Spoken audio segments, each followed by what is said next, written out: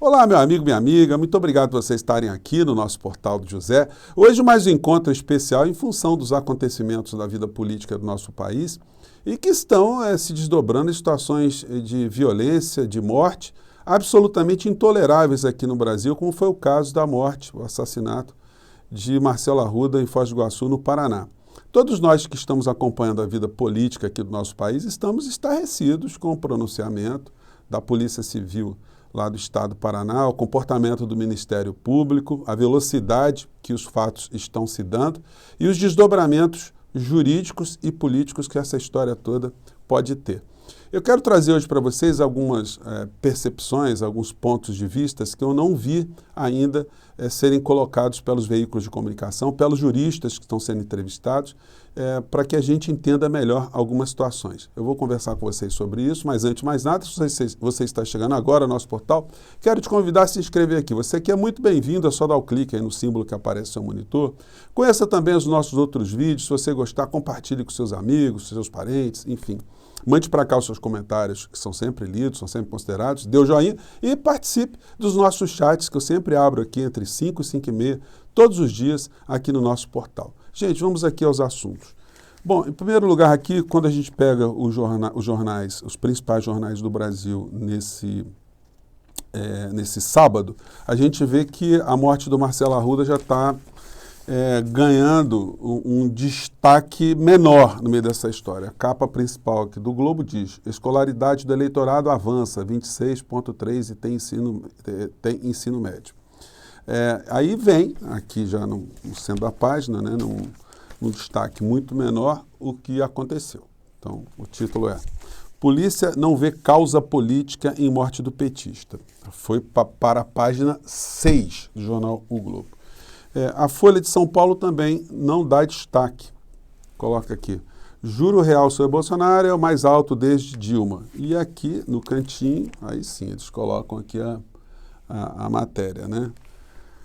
Bolsonarista é indiciado por homicídio qualificado. Já o Estado de São Paulo coloca aqui uma matéria: como combater o burnout materno, e coloca com destaque maior do que os outros jornais, né? O que aconteceu? Polícia conclui que assassinato de petista foi crime comum. PT insiste na tese de crime político e pede a federalização do caso. Bom, eu não sei se essa seria uma boa para o crime ser melhor qualificado, se essa hipótese aí que o PT está defendendo fosse levada a cabo, de federalizar-se o crime, transformar o crime num crime eminentemente político. E por quê, gente? Aí eu explico para vocês algumas nuances no meio dessa história. O ato de tirar a vida de alguém, de matar alguém, em várias culturas, no mundo inteiro, é tratado de uma forma diferente. Em alguns tem uma sanção muito pesada, tem a pena de morte, tem vários tipos de qualificadoras ou graus, né? Homicídio em grau 1, grau 2, grau 3, enfim, cada cultura trata dessa questão de um modo diferente. Se a gente for lá atrás, em Roma Antiga, tirar a vida de alguém tinha aspectos, né, distintos dependendo da qualidade da vítima. Por exemplo, um filho que matava o pai, ganhava o nome ali de parricídio. O homicídio, uma pessoa matar uma outra pessoa. O infanticídio, você matar o infante, matar o recém-nascido, matar a criança, enfim.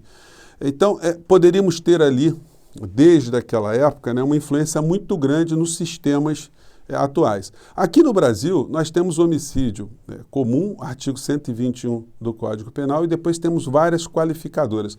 O que eu estou vendo agora, e que eu não percebi ninguém analisar até esse presente momento, é que o homicídio do Marcelo, tendo sido um homicídio qualificado, ele é também um crime hediondo. Nós estamos diante de um crime hediondo. Eu não vi ninguém falando disso.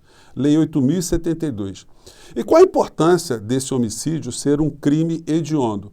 A importância, do ponto de vista político, vamos dizer assim, é que impede a qualificação desse crime como hediondo, que o presidente da República dê anistia, graça ou indulto para alguém que comete esse tipo de crime. Então, essa figura jamais poderá pensar um dia um tipo de perdão de um presidente da República. Essa é uma questão. O cumprimento da pena, necessariamente ele se dá em regime fechado. Outra coisa que eu também não vi ninguém comentando é que no caso desse homicídio, a competência é do Tribunal do Júri do Estado do Paraná, ou no Estado do Paraná, especificamente na cidade onde ocorreu o homicídio, ou seja, a cidade de Foz do Iguaçu. Esses são alguns aspectos. Muita gente ficou indignada com as declarações da delegada de polícia do Estado do Paraná, dizendo que não houve motivação política.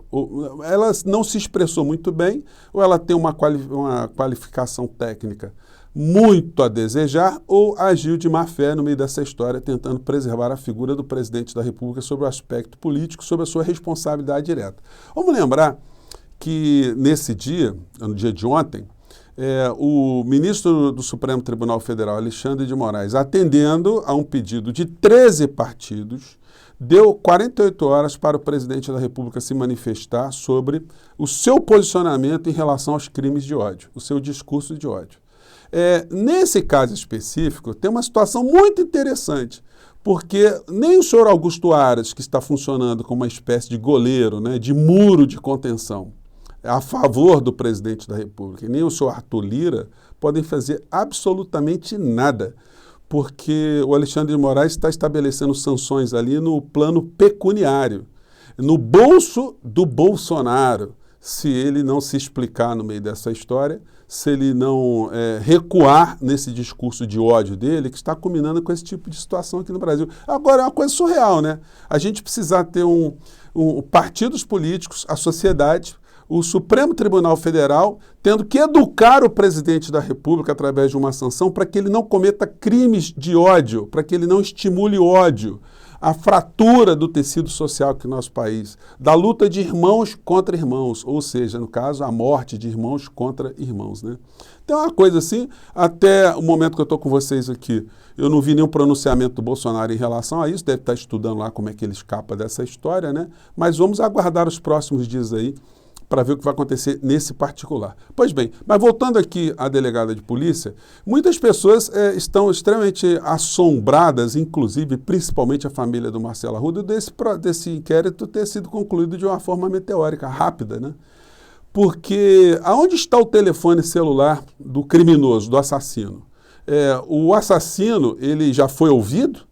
Já se sabe o que ele tem a dizer sobre essa história. O laptop dele foi apreendido, o computador dele foi apreendido. Se sabe com quem ele conversou no dia do crime, o que tipo de mensagem ele estava trocando no dia do crime. Então, esse tipo de situação causou uma grande estranheza. Sobre o aspecto jurídico, tem algumas questões que são importantes da gente salientar. Já disse para vocês que esse crime se coloca ali na condição de crime hediondo, e essa expressão não está sendo utilizada, né? Mas existem outros crimes no Brasil que, em razão da qualidade da vítima, ele ganha uma nomenclatura específica e ganha também uma responsabilização específica, como, por exemplo, recentemente a gente teve incluído no ordenamento jurídico brasileiro a figura do crime de feminicídio. Nós já temos também o crime de infanticídio, ou seja, em razão da qualidade da vítima. Mas nós não temos no Brasil um crime de morte que a gente poderia chamar de politicídio. Não. Nós temos muitos crimes que acontecem por motivação política. No Brasil acontece muito, gente. Infelizmente, nós tivemos nos últimos 4 anos 26 crimes, segundo eu li hoje no jornal, com motivação política clara. Como é que é isso? É o vereador que é morto pelo suplente de vereador. Alguém mata o outro para poder ocupar o cargo. Suplente do prefeito, suplente de deputado, enfim, situações que acontecem no âmbito específico da vida política.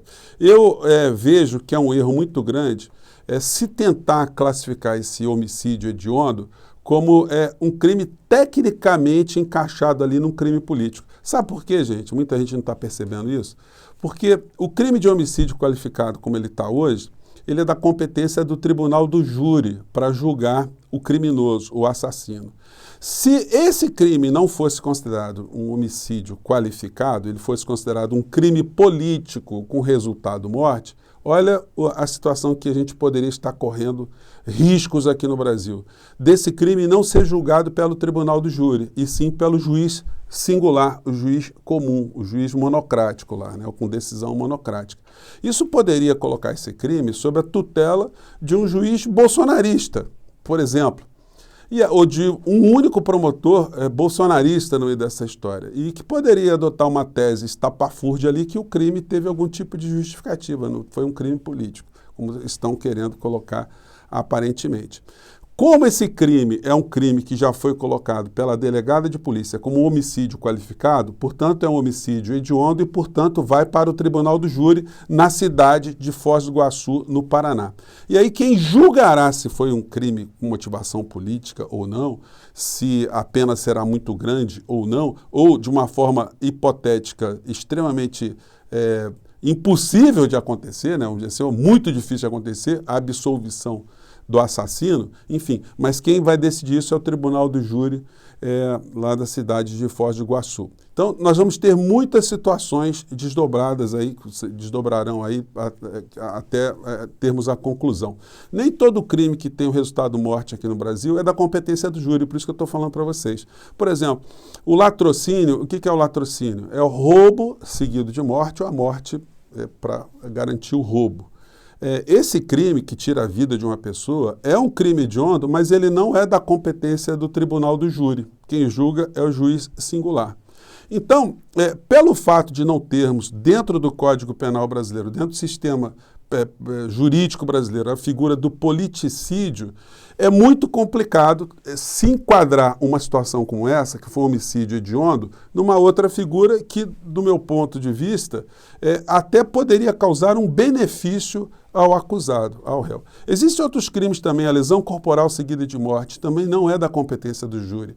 A gente teve um caso muito tempo atrás aqui no Brasil que vitimou um índio Galdino. Foram 4 rapazes, atearam fogo ali no indígena, né, que morreu em razão daquelas circunstâncias todas, e que o advogado de defesa tentou fazer durante muito tempo, os advogados tentaram mostrar que não foi um homicídio hediondo, porque o homicídio hediondo iria para o tribunal do júri. Eles queriam que o crime fosse classificado como uma lesão corporal com resultado morte. Isso deslocaria a competência do júri para o juiz singular. Então, existem essas situações que a gente tem que considerar muito aqui nesse caso específico, né?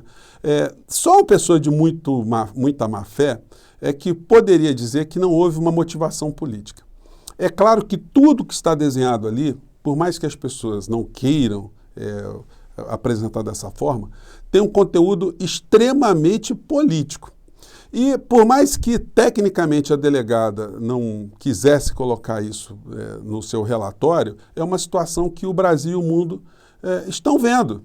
É uma situação que, do ponto de vista moral, para a família do Marcelo, a esposa, os filhos, é muito cara, né? Porque é desmerecer que a situação do Marcelo ali foi causadora ou foi motivadora de um ódio, né? É desmerecer a vida desse cidadão, a sua vida política, desmerecer aquilo que motivava o seu dia a dia, a sua ação na sociedade, enfim, é desmerecer o que aconteceu.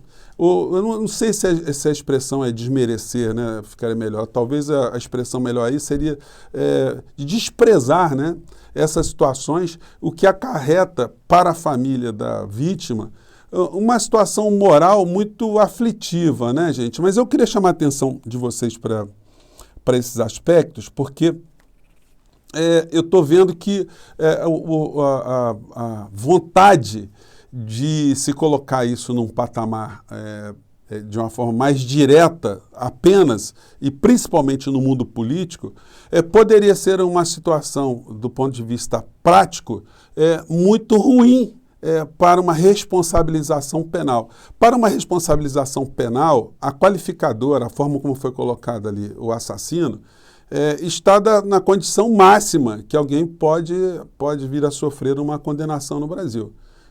E ele vai ter muita dificuldade, né, para provar ali que não fez aquilo que o mundo todo viu, que a motivação dele não foi aquela.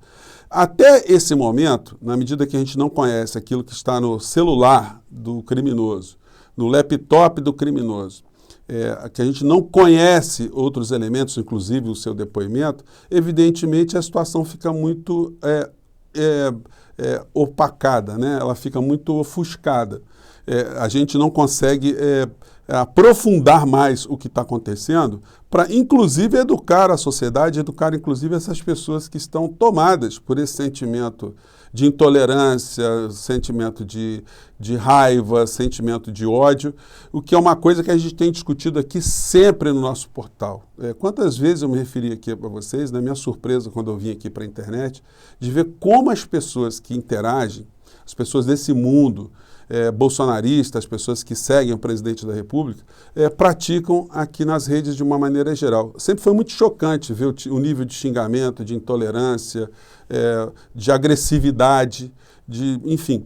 E isso acaba sendo uma situação que na sociedade está repercutindo de uma forma crescente. E não é uma questão assim que a gente pode dizer que tenha dois lados, né? Dizer que tem dois lados nessa história é um absurdo, é tentar inocentar o discurso de ódio que o presidente da República está fazendo todos os dias e que está estimulando esse tipo de situação. Gente, o assunto do direito, ele é um assunto aqui que dava para a gente mergulhar aqui e ficar horas discutindo isso aqui. Mas eu quero só trazer esses aspectos, então, só para finalizar. O fato do crime hediondo afasta uma série de possibilidades na frente. O crime hediondo é de competência do júri. Quem vai julgar essa história será o povo, a sociedade da cidade de Foz do Iguaçu. Nós vamos ter aí uma situação de muita dificuldade para o promotor de justiça para tentar desdizer aquilo que o mundo está vendo. O promotor de justiça não vai poder funcionar como advogado de defesa. A família do Marcelo vai poder indicar ali advogados como assistente de acusação. Então a gente vai ter muitas situações aí sem prejuízo de outras tantas que podem surgir a partir das informações que puderem ser colhidas na vida privada do assassino. No seu celular, no seu laptop, nas suas comunicações, enfim, naquilo que ele fazia ou deixava de fazer por razões políticas. Bom, gente, eram essas as questões que eu tinha para trazer hoje para vocês aqui. Eu vou voltar novamente a abordar esse tema, essa situação toda, e vamos aguardar, né? Porque é o que nos resta nesse momento. Vamos acompanhar, vamos cobrar e vamos aguardar. Eu acho que tem muita coisa aí que vai acontecer ao longo desses próximos dias, tá bom? Fico por aqui, um grande abraço e às 5 horas, 5h30, estou de volta aqui com vocês, tá bom? Um grande abraço, tchau.